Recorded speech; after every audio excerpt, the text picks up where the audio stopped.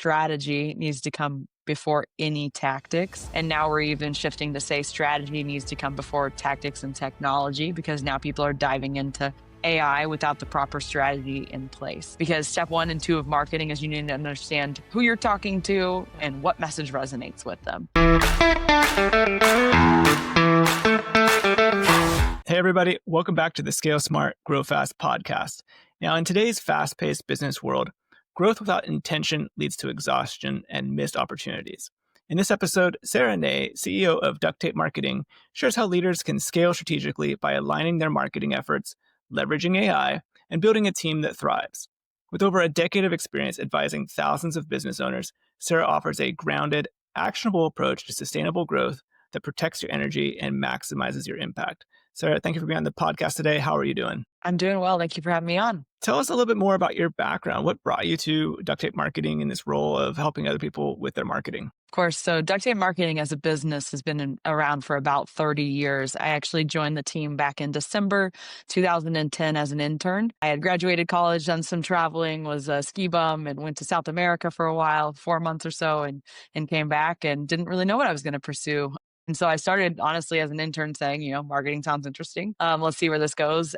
Obviously, it's stuck. I've been around for about 15 years now in the company. And even though I started as an intern back in the day, I've moved throughout the company through multiple different roles. And so I was community manager for a while, account manager. I served as fractional CMO to our clients for a while, COO, sales. Most recently, last year, I moved into the seat as CEO. Been involved in all the different areas of a marketing agency at this point and have learned a lot along the way. I can imagine that is quite the journey. And I think it speaks to a great business if it's able to keep someone as talented as you there that long and have all this experience. That's really impressive. Thank you. I caught the bug of, our founder, John Jantz, is really passionate about serving small businesses. So back when he started Duct Tape Marketing, he saw that marketing was really complicated and confusing for small businesses to buy because they just really didn't even know what they were buying in a lot of cases. And so he set out on a mission to make marketing as simple and practical to the small business space as possible. And so I've really been passionate about that myself now over the years. As I said, I've been in the sales role for a while, and I've seen so many small businesses come to us frustrated that marketing doesn't work. They've tried to hire different agencies. They're spending all this money. They're getting complicated reports with no actual customers and all that stuff. So I've heard all of these stories myself. And I've also then walked through taking someone from frustrated with marketing to then creating a strategy to then them understanding the what and the why behind the things they're doing. And I've seen that transformation. And so that's caused me to become very driven and passionate to help those small businesses as well. I think you really are speaking to a lot of the pain points people feel with marketing there. What are some of the examples of strategies that you employ that help marketing stay simple and still impactful? No, of course. So a lot of times people will come to marketing companies and they'll say something like, I need a new website, or I need to launch paid ads, or I need, tactics, essentially. And so what we've always said is strategy needs to come before any tactics. And now we're even shifting to say strategy needs to come before tactics and technology, because now people are diving into AI without the proper strategy in place. And so what does it mean? Like, marketing strategy has so many definitions for us. We usually work with clients in like initial 30 to 45 day engagement, where we are doing things like a marketing and brand audit to get a baseline of their marketing and brand today. We're interviewing some of their best clients. We are doing competitive research to then ultimately develop ideal client profiles or personas, and then core messaging. Because step 1 and 2 of marketing is you need to understand who you're talking to and what message resonates with them. And then we move more into the planning phase of strategy, which is then mapping out the customer journey, mapping out a content strategy, identifying the 4 to 6 biggest growth priorities over the next quarter, and putting that all into an execution calendar. And so a lot of times when I talk to businesses, they're like, oh yeah, I have a marketing strategy. And they have a list of tactics, like, we're going to do this, this, and this. That's a piece of marketing strategy. It's an important piece, but you need all of the stuff that goes in on the front end. Because if you're telling me you need to be focused on meta ads, but your clients aren't on Facebook, let's say, it probably doesn't make sense. Also, you need to understand, what messaging actually resonates with them as well. Because that's where I see a lot of people waste money on marketing is they're just on these channels spending. They don't have any idea if it's working or not, but they haven't put the work in on the front end. A lot of times when you go through creating a marketing strategy, as you mentioned, you can actually simplify what you're doing from a marketing perspective, and you can focus on the right channels with the right message at the right time to your ideal clients. Wow. Now, what are some of the biggest surprises people you've worked with have had as they're going through this process and having this strategy developed, whether it's, finding details about that ideal client or what technologies or platforms they should be using? I'm curious, kind of what are some of those aha moments they've had when working with you? Yeah, I mean, I think it's maybe less like aha moments, it's more so like clarity is what they're getting. A lot of small businesses out there that are just spending money on marketing, and then I ask them, something are these channels working for you? Are you hitting specific goals? What are you tracking? Should you keep doing these things? And a lot of times they don't know. I can't tell you how many times I've started working with a small business when we back up and do strategy and, maybe they're spending 10, 15,000 a month on strategy across all of these different channels. And when I ask them why, they're like, oh, it's because we've always done it and we don't know what's working and we need to be on these things. And it's like, it's not always ahas. It's more of like, putting clarity behind like the why behind doing certain things. And so it's like analyzing and actually getting metrics and tracking set up and then actually understanding what's working and then shifting the budget towards that versus being spread thin across all of the channels. So it's really more of a clarity, confidence, and control thing than anything. One thing you mentioned is having that strategy before technology, especially with like the AI coming in, everyone being like, oh, someone said I should use AI in marketing. What kind of advice do you have to people when it comes to like making those marketing decisions and, staying focused when there are those like shiny tools everywhere? We have a process that I think makes sense for that because a lot of small businesses right now are bringing in AI solutions like a ChatGPT, let's say, and everyone on their team is doing it differently, and there's no consistency and there's no proper training for the AI or for the team on how to use it effectively. There's no systems and processes in place. And so all of a sudden, these teams are just like confused and creating noise. And so it's a really important to take a step back because also just like bringing in technology and tools without a reason, I also think complicates things as well. And so we often say take a step back, understand the business strategy. So, what's the business trying to accomplish? Then map the marketing strategy from there. Then analyze your team strategy. And then you can start to say, okay, if these are our specific goals, priorities for the next quarter, here's who we have in place already as humans. What AI systems can we layer below them? Then you're bringing in AI to accomplish a specific goal versus just bringing in AI to bring in AI.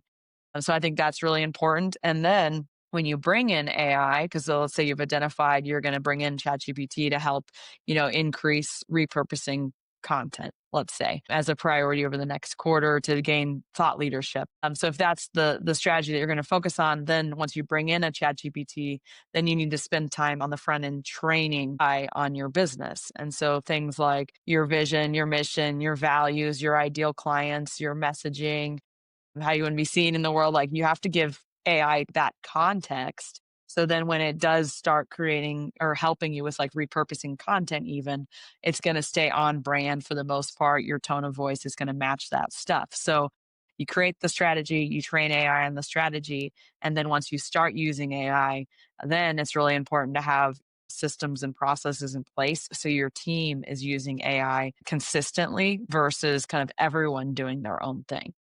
So having that strategy up front actually makes it easier to leverage these tools than it sounds like because you're able to take that information that you've already developed, feed it into the tools like AI, and get much better outputs. Yeah, and you can even use like a ChatGPT to help with strategy creation on the front end.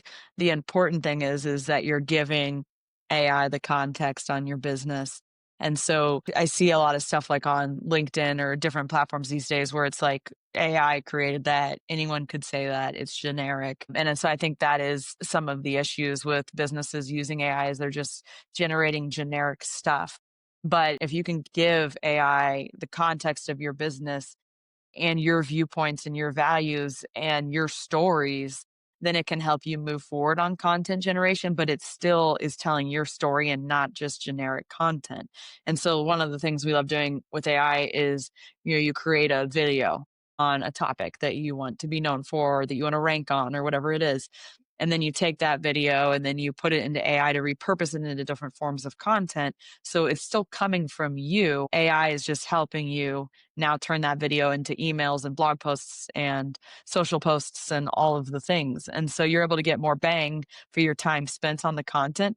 But the important piece is it's coming from you, and it's not just going to ChatGPT and say, write a blog post on the 5 most important trends in this industry, because you're just going to get generic stuff that anyone could put out at that point. Great advice. You talked earlier about the business goals and the strategy and aligning those things. Where do you see most businesses getting stuck when trying to align the marketing with the business goals? Yeah. Unfortunately, too many businesses think of them as like separate things. They think of like, oh, we have business objectives and goals, and then marketing's over here and sale or whatever, so they're thinking in kind of silos still. And so for us, we have a marketing strategy pyramid, and the bottom layer is the business strategy. And so we can't even think about marketing strategy until we understand what the business is trying to accomplish. And so one example on that is, in sales and onboarding with our new clients, I'm always asking, like, what's your current revenue? What's your 1-year goal? What's your 3-year goal? And hopefully the business can answer those. If not, they need to answer those before we can move forward. But like, if I don't have that information, I don't know how aggressive we need to be in our marketing. Because if they have aggressive growth goals that they're trying to hit, in a short amount of time, like, we need to be more aggressive in the marketing. If they're, happy and kind of just like want to streamline some stuff and, they grow steadily because that's more important to them in this phase, then we can be a little bit more or less aggressive on marketing, but help them become more stable in their systems and processes. And so we need to know that. And so, I really think of it as like the business strategy is the foundation. The marketing strategy needs to be layered on top of it to support the business goals. Also, things like in business strategy are like the mission, the vision, the values of the business. That should be all incorporated in the marketing strategy and content production moving forward, because we should be representing the brand as they want to be represented to the world. So I really don't think of them as like separate silos. I think of business strategy and then like specific marketing strategy and other strategies layered on top of it. That's absolutely right. They're totally connected. Now, many of our listeners probably are wearing multiple hats in their business. What is your approach to building these systems? We spoke about the systems for the marketing and their marketing team that actually supports that visionary at the top. Yeah. Well, one of the favorite exercises that I talked about quite a bit recently is having everyone on the team, including the business leader, do an audit of their time, which people don't love audits of their time, but it's important. And so essentially taking a note of everything that you're doing on a consistent basis. So your top skills, tasks, priorities, making note of all of that, and then doing an analysis of, are these things increasing in value because of AI, staying stable, or decreasing in value because of AI? And then once you've made the list and you've identified that, it's how can you prioritize spending most of your time on the things that are increasing because of AI? And how can you bring in AI systems to support you for those things that are decreasing in value or staying stable? And I think that's another way to really look at bringing in AI as well. It's a great exercise to go through as a business leader, but also for your team to go through as well, because there's a lot of uncertainty within teams when you bring in AI, like things like, am I going to be replaced? Am I going to just have to work harder and produce more stuff now? And so if you can have your team go through this exercise, I think it allows them to see, you're bringing an AI to elevate their roles and to focus on their strengths and really future proof their careers. So I think it's a really great exercise to go through as a leader, but also for everyone on your team ultimately. And then when you identify, on your team, different skill sets that your team needs help with evolving, like that's where you should put a lot of the focus on moving forward. Because I talk a lot about, like in marketing specifically, we've had people on our team for a long time that have written content from scratch and worked on SEO and have managed page, like doing all of the stuff themselves. But now the way AI is evolving, it's causing them to go from doers to managers in a sense, because now they're managing AI platforms. So they're not managing humans, but they're still managing. And so it's a different skill set they're going to have to develop because, they've been in the weeds doing the work. Now they're going to be overseeing systems and processes more. And so we've identified that. And so now how can we help our team become better managers, communicators, more creative, more strategic, more big picture thinking? And so that's one of my favorite exercises to go through is just kind of thinking through, what does your role look like today? Where should it evolve to moving forward now that AI is here and it's not going anywhere? Yeah, I love that. That's something we always recommend with our clients as well. It's the exact same processes. Where can you leverage AI? And maybe there's some things that AI can't do just yet. That's where an executive assistant can come in and maybe they can be the one who can help with like managing the AI tools as well to help those visionaries stay in that strategic thought. Every day, your top performers are buried under emails, scheduling, and reporting. Work that doesn't move the needle. The result? Frustration, burnout, and worst of all, lost revenue. That's why we created the Executive's Guide to Scaling High Performers, a simple, battle-tested framework to eliminate busy work and unlock your team's full potential. Inside, you'll get the exact steps top executives use to retain A players, boost productivity, and free up their team for high-impact work. Stop losing revenue. Go to workergenics.com/growthhub or check the episode notes to download the Executive's Guide to Scaling High Performers now. One thing that you've talked about in the past is bringing in like a fractional CMO. That's something that your business helps with. What role in helping teams stay focused on what truly moves the needle? Yeah. So the fractional CMO role, what I think about it is they create strategy, they oversee the execution, they own budget and metrics, essentially. They are like, let's say you're the CEO of a business, and what I see all the time, and especially in the small business space, because those who we work with, like the CEO becomes the CMO because they can't afford to bring in a CMO. Oftentimes they don't have a ton of marketing experience themselves, but they learn enough. And then oftentimes they have, maybe one marketer below them that they're then tasked with managing. And so what we do when we come into a business like that is we come in and we work alongside the CEO so they can stay in the CEO seat and then we can essentially run the marketing department alongside them.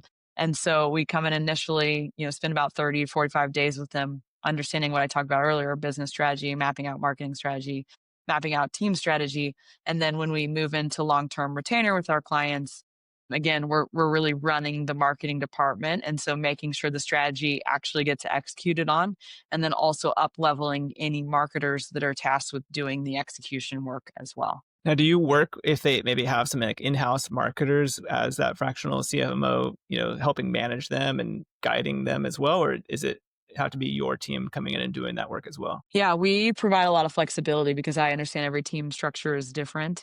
And so we have different ways of working with clients and retainers. So there are some situations where we're the fractional CMO and we have a full execution team. So we're essentially becoming like a fractional marketing department in that sense, where we're handling all of the marketing.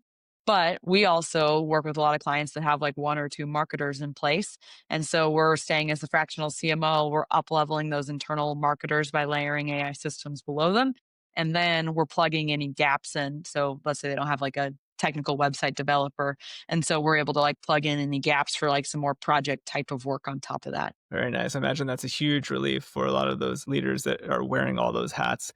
Maybe you could share some examples of some of the like positive changes that these leaders have had working with you when they don't have to wear that CMO hat anymore. Yeah, I mean, I'm really big about talking about staying in your zone of genius. And a lot of people go into business not because they want to become marketers, but they often, ultimately become marketers. And so when we can come into a business and we can ask them, the strategic questions about their business and what lights them up and what does success look like from a year from today in terms of their role. And if we can get crystal clear on that, then we do everything we can to take marketing off of their plate as much as possible. Like they still need to be involved in like key decisions and understanding the metrics and quarterly strategic planning and all of that stuff. But if we can take the day-to-day grind off of their plate and then we can get them into their zone of genius, that's a success story. And so one of our most recent clients that we're working with, they are a home service company. And so they came into us where the CEO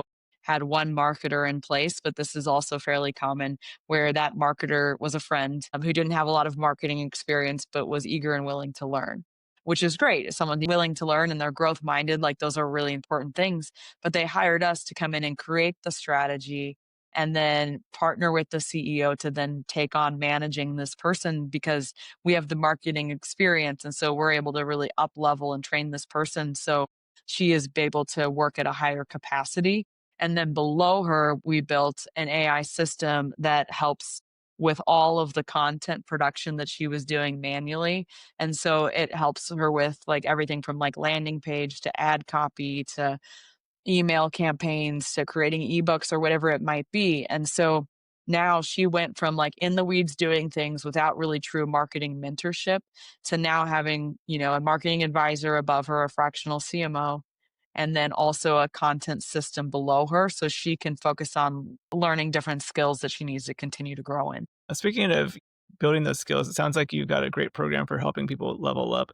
How do you help teams adopt a growth mindset, especially when they're navigating all the change and uncertainty with marketing and technology and AI coming these days? With the growth mindset thing, in my experience, a lot of times people have it or they don't. It's hard to develop it from scratch, I would say, but there's a lot you can do to encourage growth mindset. And so, for example, like that's one of our values. That's what we hire for. And so we structure our interviews around some of the questions around trying to determine if someone is growth minded or not because marketing is changing and evolving so fast. And so that's like one of the number one things that I hire for on our team, no matter the position, is I'm making sure that they're growth minded from the beginning. But then we also have a lot of stuff in place for our team over time as well that we focus on to continue to grow. And so we have an every other week meeting called Lead and Learn. And so in that, we're, presenting new topics on AI. We're having discussion. We're helping everyone learn. We have a book club that we do on different topics every single month where we're reading a different book. We're discussing, we're talking about how we can apply the concepts. And so I think it all starts like hiring people that are growth minded and then giving them space to continue to grow and learn on top of that. Very nice. What is one leadership habit that's helped you scale with clarity and calm? And how might our listeners apply it to their own businesses? I think for me, it's because I wasn't always in leadership. So I started, as an intern, kind of the bottom of the ladder and worked the way up. And I think the thing that I've learned is communication is one of the most important things when it comes to leadership in pretty much any scenario. So when I'm assigning a new project or task to someone, not just saying, I need this done. It's more of like, this is the why behind it. This is why it's important. This is how it relates to overall other objectives that we're working on. And so, really communicating effectively, but then communicating with your team in an open way, on a consistent basis as well is really important. So, being available and being willing to help and jump in when needed and meeting with them on a consistent basis and doing quarterly reviews and really spending the time, like not just, filling out a review process, but like thinking about it and putting time into it and having a conversation with them and listening to them and hearing them out. So that's really something that I think has made our company culture really strong is the emphasis of like open communication and supporting each other in any way we can. I love that. It's something that we've observed with people that maybe get an executive assistant that haven't had an employee before. The ones who are successful are the ones who have those meetings, have the open lines of communication. The ones that fail are the ones who don't delegate, they just dump and they don't have good communication. They just say, hey, get this done, get this done. And then they get frustrated with results because there was no communication. So, They always say like don't throw good people at bad systems. I think that that highlights exactly what you're saying. And that's why yeah. like for our onboarding process, like we start no matter the role, even if it's a, part-time contractor, we start with daily meetings every single day until they're onboarded and then we'll back off to like every other day meetings and then twice a week and then once a week is kind of our normal cadence. But it's like the more time and attention you can give to someone in their first 30 days, the better they're going to be set up for long-term success. Yeah, that's so smart. I'm a huge fan of doing like a 30, 60, 90-day onboarding plan. And I found that to be just a game changer in our businesses and super helpful both for the leaders being clear on what they're handing off at a given time period and then clear for the new team member so they know what to expect and what is coming down the pipe at them. So that's super powerful.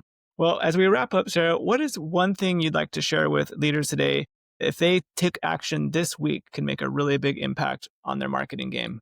Yeah, I think what we talked about earlier would be the one thing that I would talk about in terms of Like, AI is here. I believe you should be using AI in your business regardless what the industry you're in, but don't rush into it. Take a step back and think about what are your 4 to 6 biggest business priorities over the next quarter, because hopefully you're doing quarterly strategic planning, and then think about, who's on your team, and then think about what AI should we bring in. So don't just rush into signing up for all the accounts.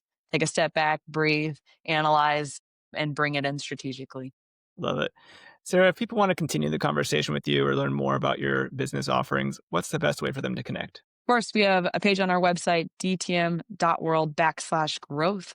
There's a bunch of free resources there. I'm also very active on LinkedIn. So again, my name is Sara Nay. Awesome. Thank you so much, Sarah. And for those of you listening, if you got value from this episode, do one quick thing. Hit like and subscribe so you don't miss future episodes to help you scale smarter. And maybe you know a business owner who could use the information from Sarah right now. Share this episode with them. It could be exactly what they need. And if you're listening on a podcast platform, leave us a quick rating. It helps us reach more leaders just like you. Thank you again for tuning in. We'll see you all in the next one. Thanks, everyone.